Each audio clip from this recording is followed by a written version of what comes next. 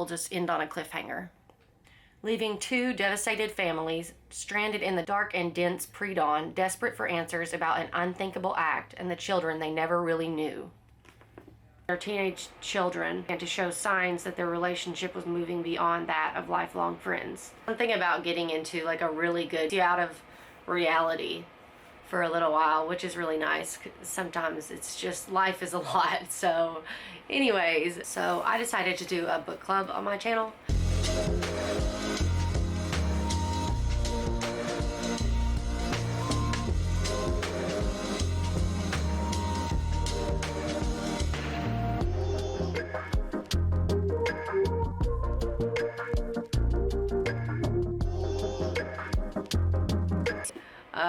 We're gonna do a book club on this channel, a book club series, and I thought about picking out like a new book, but I was like, to me that's less interesting to pick out something that's like popular right now, you know. It's by one of my favorite authors, probably my favorite author. Her name is Jodi Picoult. I'm not sure if I said that right, but anyways, I read 19 Minutes from her, and I think I read that book in like a day, I swear. Like, it was so good. So anyway, so I ended up getting this one after I got 19 Minutes and read all of that. And I started this one, but I never was able to finish this one. So it's called The Pact, and again, it's by Jodi Picoult. That first one was so good, I just had to read another one, and I know that this one's good because I started reading it. I don't know what happened, I just wasn't able to finish it. I started it, but I didn't even get halfway through. But yeah, I saw this, it was sitting on my bookshelf, and I have yet to finish it. And I thought, okay, I really would like to just read a book. You know, if I'm gonna read a novel myself, why not just do a book club and read it with other people and like have a conversation about it? Yeah, I just thought that would be a really cool thing to do. So I'm gonna read it little by little. I have to be seeing the words while I'm hearing them. So if you're like me, you probably want to go and get the books. If you're like me, then you probably want to go and get the book so that you can follow along. Just a little bit from the back. It says, until the phone calls came in at 3 a.m. on a November morning, the Goulds and their neighbors, the Harts, had been inseparable. It was no surprise to anyone when their teenage children, and that's all I'm going to read from that. If you want to read the rest of it, you can get the book. Let's see. I'm going to go ahead and get started. I'm like really excited. I'm trying to think if there's anything else I need to tell you guys about this.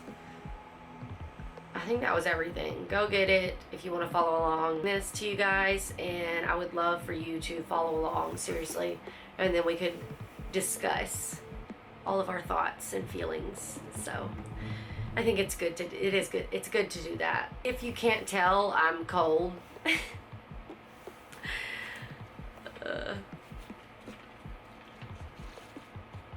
All right. Part 1, The Boy Next Door. There was nothing left to say. He covered her body with his, and as she put her arms around him, she could picture him in all his incarnations. Age 5 and still blonde, age 11 sprouting, age 13 with the hands of a man. The moon rolled slow-eyed in the sky, breathed in the scent of his skin. I love you, she said. He kissed her so gently she wondered if she had imagined it. She pulled back slightly to look into his eyes, and then there was a shot. Although there had never been a standing reservation made, the rear corner table of the Happy Family Chinese restaurant was always saved on Friday nights for the Harts and the Goulds, who had been coming there for as long as anyone could remember. Years ago, they had brought the children, littering the crowded nook with high chairs and diaper bags until it was nearly impossible for the waiters to maneuver the steaming platters of food onto the table. Now, the four of them, blustering in one by one, at 6 o'clock, gravitating close as if together, they exerted some kind of magnetic pull. James Hart had been first to arrive. He'd been operating that afternoon and had finished surprisingly early. He picked up the chopsticks in front of him, slipped them from the paper packet, and cradled them between his fingers like surgical instruments. "Hi," Melanie Gold said, suddenly across from him. "I guess I'm early." "No," James answered. "Everyone else is late." "Really? Really?" She shrugged out of her coat and balled it up beside her. "I was hoping I was early. I don't think I've ever been early." "You know," James said, considering, I don't think you ever have." That was a little excessive. They were linked by the one thing they had in common, Augusta Hart. But Gus had not yet arrived, so they sat in the companionable awkwardness caused by knowing extremely private things about each other that had never been directly confided, but rather blurted by Gus Hart to her husband in bed or to Melanie over a cup of coffee. James cleared his throat and flipped the chopsticks around his fingers with dexterity. "What do you think?" he asked, smiling at Melanie. "Should I give it all up? Become a drummer?" Melanie flushed, as she always did when she was put on the spot. After years of sitting with a reference desk wrapped around her waist like a hoop skirt, concrete answers came easily to her. Nonchalant didn't. If James had asked, "What is the current population of Addis Ababa?" or "Can you tell me the actual chemicals in a photographic fixing bath?" she'd never have blushed, because the answers would never have offended him. But this drummer question, what exactly was he looking for? "You'd hate it," Melanie said, trying to sound flippant. "You'd have to grow your hair long and get a nipple ring or something like that." "Do I want to know why you're talking about nipples?"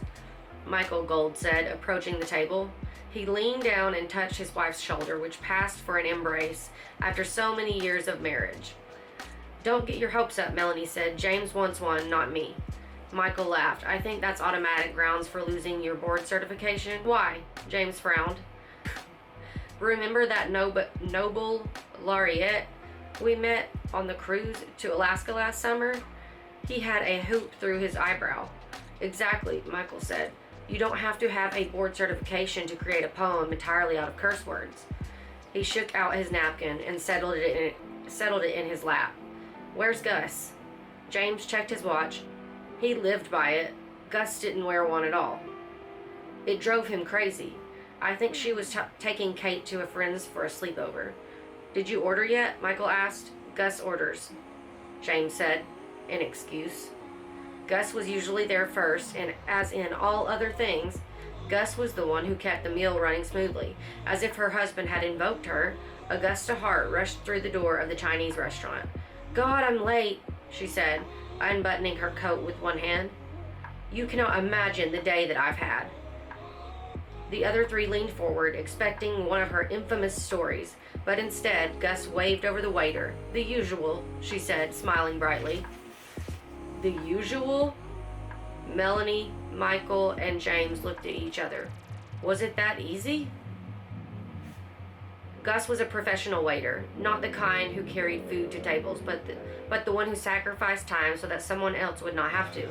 Busy New Englanders solicited her business, other people's time, when they didn't want to wait in line at the motor vehicles division or sit around all day for the cable TV repairman.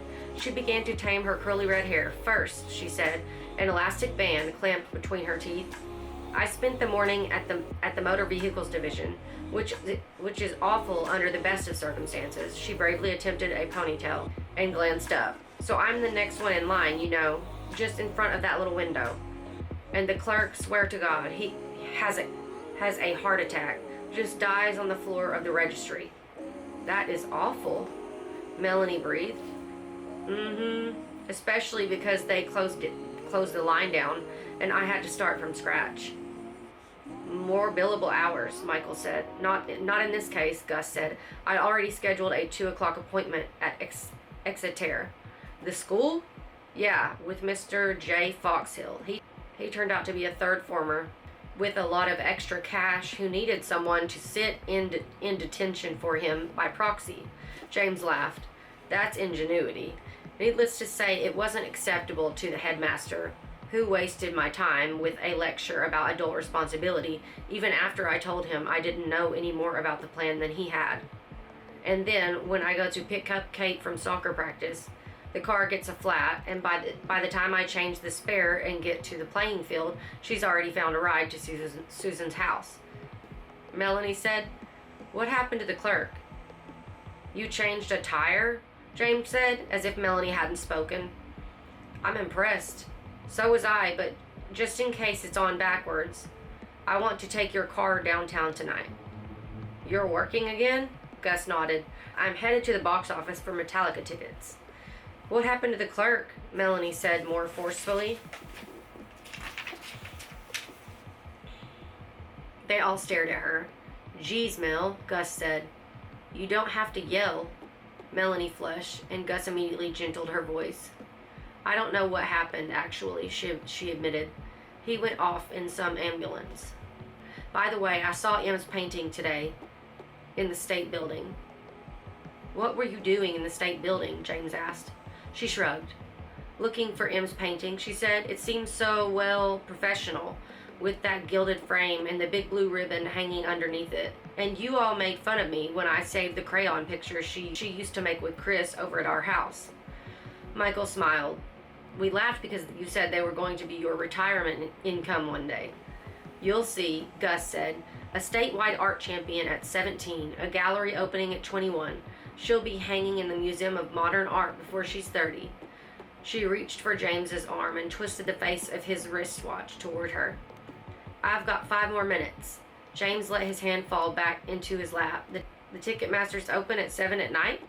7 a.m., Gus said. "Sleeping bags in the car." She yawned. "I'm thinking I need a career change. Some position with a little less stress, like an air traffic controller or the Prime Minister of Israel." She reached for a platter of mushi chicken, began rolling the pancakes, and passing them out. How are Mrs. Greenblatt's cataracts?" she asked absently. "Gone," James said. "Chances are she'll wind up with 20/20 vision." Melanie sighed. "I want cataract surgery. I can't imagine waking up and being able to see." "You don't want cataract surgery," Michael said. "Why not? I'd get rid of my contacts, and I've already got the name of a good surgeon." "James couldn't operate on you," Gus said, smiling. "Isn't there some kind of ethical law against it?" "It doesn't extend to virtual family," Melanie said. "I like that," Gus said. "Virtual family. There ought to be a statute, like common law marriage. If you live in each other's pockets long enough, you're related." She swallowed the last of her pancake and stood up. "Well," she said, "that was a sumptuous and relaxing dinner." "You can't go yet," Melanie said, turning to ask a busboy for fortune cookies.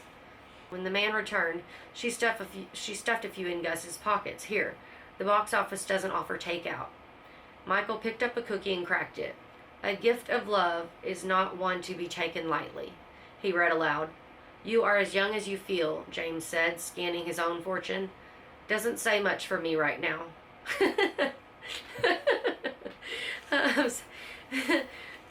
Excuse me, that was funny. Everyone looked at Melanie, but she read the thin strip and pocketed it. She believed that if you spoke it aloud, your good fortune had no chance of coming true. Gus took one of the remaining cookies from the plate and cracked it open. "Imagine that," she said, laughing. "I got a dud." "It's missing?" Michael said. "That ought to be worth a free meal." Check on the floor, Gus. You must have dropped it. Whoever heard of a fortune cookie without a fortune?" Melanie said. But it was not on the floor or beneath the plate or caught up in the folds of Gus's coat. She shook her head ruefully and lifted up her teacup. "Here's to my future," she said. She drained the tea and then, in a hurry, she left. Okay, I don't know about you, but I need a break. So we're going to take a break. Go get yourself a snack. Go get yourself something to drink. Some hot tea, maybe some coffee, some decaf, whatever you're into. And we'll be back in just a second.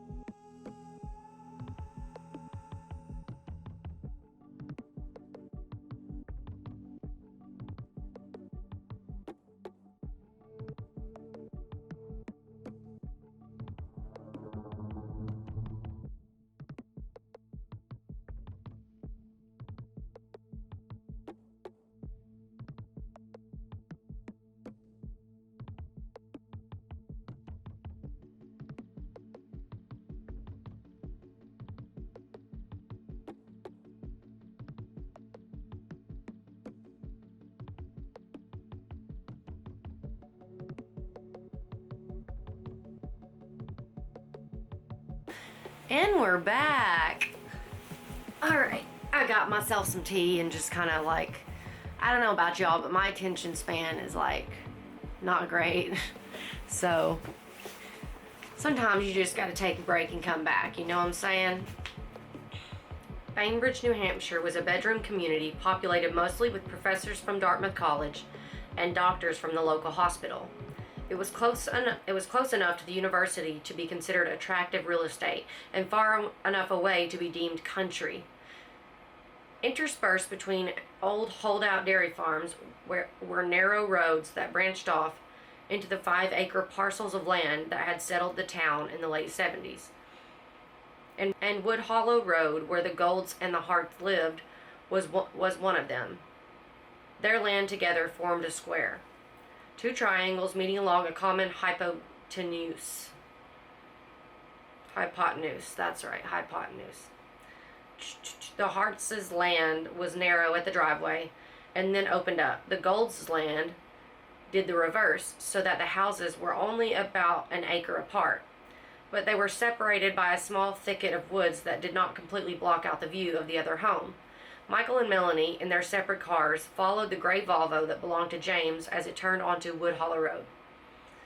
Half a mile up the hill, at the granite post that announced number 34, James went left. Michael swerved into the next driveway. He turned off the ignition in the truck and stepped out into the small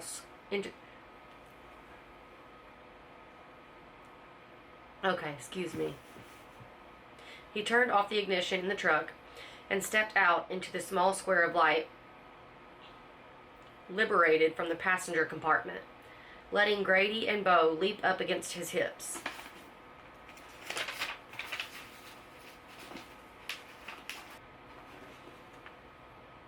The Irish setters danced circles around him as he waited for Melanie to get out of her own car. "Doesn't look like M's home yet," he said. Melanie stepped out of the car and closed the door in one fluid, economical motion. "It's 8 o'clock, she said. She probably just left." He followed Melanie through the side door into the kitchen. She set a small stack of books on the table. "Who's on call tonight?" she asked. Michael stretched his arms over his head. "I don't know, not me. I think Richard's from Weston Animal Hospital." He went to the door and called to the setters, who stared at him but then made no effort to stop chasing leaves in the wind. "That's a travesty," Melanie said. "A vet who can't control his own dogs." Michael stepped aside as Melanie came to the door and whistled. The dogs barreled by him, bringing inside the brisk scent of night. "They're Emily's dogs," he said. "It makes a difference." Uh-oh. Y'all know dogs can sense people. Dogs can sense bullshit. When it comes to people and bad vibes, dogs know. Put that there. Look how cute. So cute. Okay. Excuse me. When the telephone rang at 3 a.m, James Hart was instantly awake. He tried to imagine what could possibly have gone wrong with Mrs. Greenblatt, because she was potentially his emergency case. He groped across the bed, across where his wife should have been, for the telephone. "Yes? Is this Mr. Hart?" "This is Dr. Hart," James amended. "Dr. Hart, this is Officer Stanley of the Bainbridge Police. Your son has been injured and he's been taken to Bainbridge Memorial Hospital." James felt his throat working up sentences that tangled around each other. Was there a car accident?" There was a brief pause. "No, sir," the officer said. James's heart twisted. "Thank you," he said, hanging up, although he did not know why he was thanking someone who had brought him such horrible news. The moment the receiver was back in place, he had 1,000 questions to ask. Where was Christopher hurt? Critically or superficially? Was Emily still with him? What had happened? James dressed in the clothes he'd already thrown into the hamper and made his way downstairs in a matter of minutes. The hospital, he knew, would take him 17 minutes to reach. He was already speeding down Wood Hollow Road when he picked up the car phone and dialed Gus. "What did they say?" Melanie asked for the 10th time.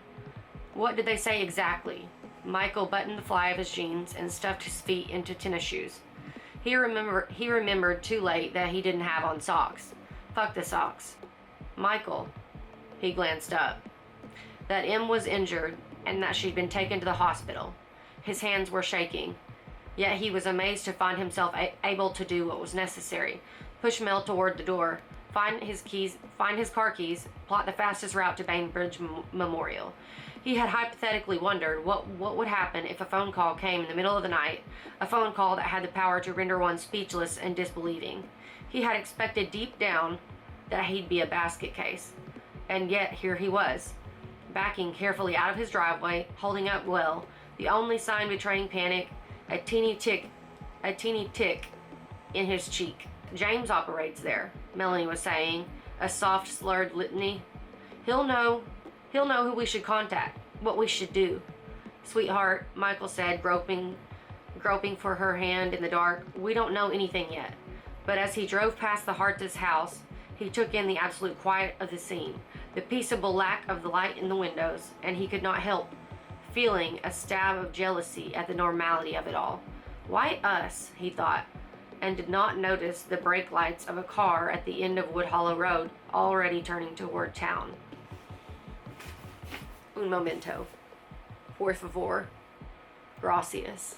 I apologize for the lack of accent, but I'm very tired today. Dude, tea is so good. If you're not a chamomile tea drinker, let me be the one that turns you on to it, because it's the freaking bomb. Alright. You can see my lipstick. Gus lay on the sidewalk between a trio of teenagers with spiked green hair and a couple that was coming as close to sex as possible in a public venue. If Chris ever does that to his hair, she thought, we would what? It had never been an issue because for as long as Gus could remember, Chris had had the same slightly longer than crew cut hairstyle. And as for Romeo and Juliet here on her right, well, that was a no-brainer also. As soon as it had begun to matter, Emily and Chris had started dating, which is what everyone had been rooting for in the first place. 4.5 hours from now, her client's sons would have prime seats at a Metallica concert. She'd go home and sleep. By the time she got back there, James would have returned from hunting. She assumed something was in season. Kate would be gearing up for the soccer game. And Chris might just be rolling out of bed. Then Gus would do what she did every other day that she didn't have plans or an invasion of relatives. She'd go to Melanie's or have Melanie come over, and they'd talk about work and teenagers and husbands. She had several good female friends, but Melanie was the only one for whom the house didn't have to be cleaned, for whom she didn't have to wear her makeup, and around whom she could say anything without fear of repercussions, or of looking truly stupid. Lady, one of the green-haired kids said, you gotta smoke? It came out in a rush. You gotta smoke. So that at first, Gus was stunned at the audacity of the statement. No, she wanted to say, I do not gotta, and you shouldn't either. Then she realized he was wagging a cigarette. At least she hoped it was just a cigarette in front of her face. Sorry, she said, shaking her head. It was impossible to believe that teenagers such as this existed. Not when she had one like Chris, who seemed another breed entirely. Perhaps these children with their stegosaurus hair and their leather vests only happened to look this way on the off hours, transforming themselves into scrubbed, well-mannered adolescents during the time they spent with their parents. Ridiculous, she told herself. Even the thought of Chris having an alter ego was out of the question. You couldn't give birth to someone and not sense that something dramatic was going on. After every reading, we're going to do a recap just so that we can all be on the same page and discuss our opinions and just talk about the storyline and the drama and all the fun stuff. So I took some notes on our first reading, people and things and drama. This is really only the first reading, so not much happened, but I'm gonna go ahead and do a recap just so that we can start to get this conversation. So that we can get this conversation started. And so in the beginning, it's like, and then there was a shot. like when the teenagers are cuddling or whatever. But that's all it says, which is like, what does that mean? Where do we think this is going? And then there was a shot. And like, which one of them shot the other, or did they both get shot? You know, it said, and then there was a shot. It didn't say there was 2 shots. So I'm like, just did one of them die, or did it come from somebody else? Like, what's happening? It's got me curious, okay? And let's see, they go to the same restaurant. The family goes to the same restaurant all the time for years. I guess their kids and them like have been together for a long time. They've been friends for a long time. They're basically family. They spend all their time together. They do everything together.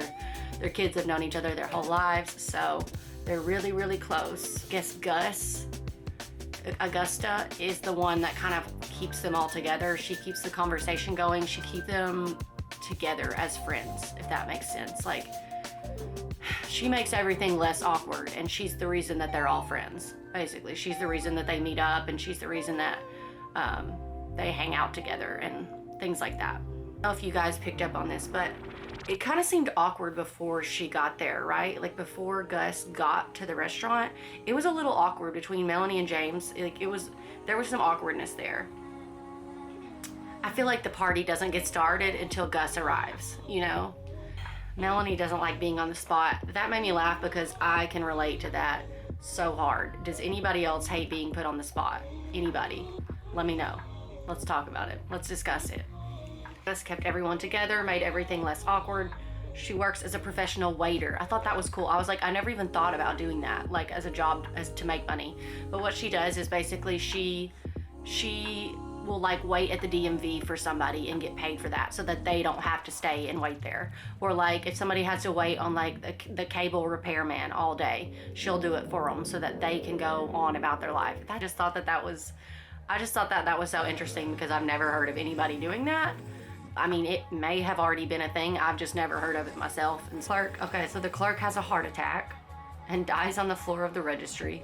What if that's like a foreshadowing? It's just so dramatic, like at the very first of the book. Usually something that dramatic in the first couple of pages is like means something, you know what I mean? So another thing that I thought was interesting was that Gus had no fortune. There was no fortune in her cookie.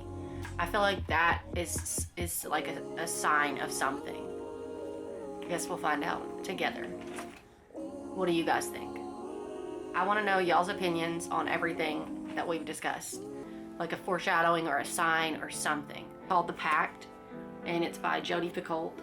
If you want to go get it and follow along, please do. I'd love for you to. I'd love for you to discuss this with me. We can do it in the comments. We can do it on Instagram. Wherever we can do it. But definitely let me know. Let me know if you guys think the same things that I think, or if you have a different perspective on it. Read like the last sentence on the back just to like give us like a cliffhanger. We'll just end on a cliffhanger. Leaving 2 devastated families stranded in the dark and dense pre-dawn, desperate for answers about an unthinkable act and the children they never really knew. Ooh, that's good. En el próximo video y cuídense. Nos vemos. Te amo. I love you. I'll see you in my next video. We'll see each other. I don't know why I added that in there. And take care. How y'all feel out there? I'm light years, call me eons. When the snare kick in, the beat is neon. Lights, yeah, I'm feeling magnificent. Care less what I'm up against.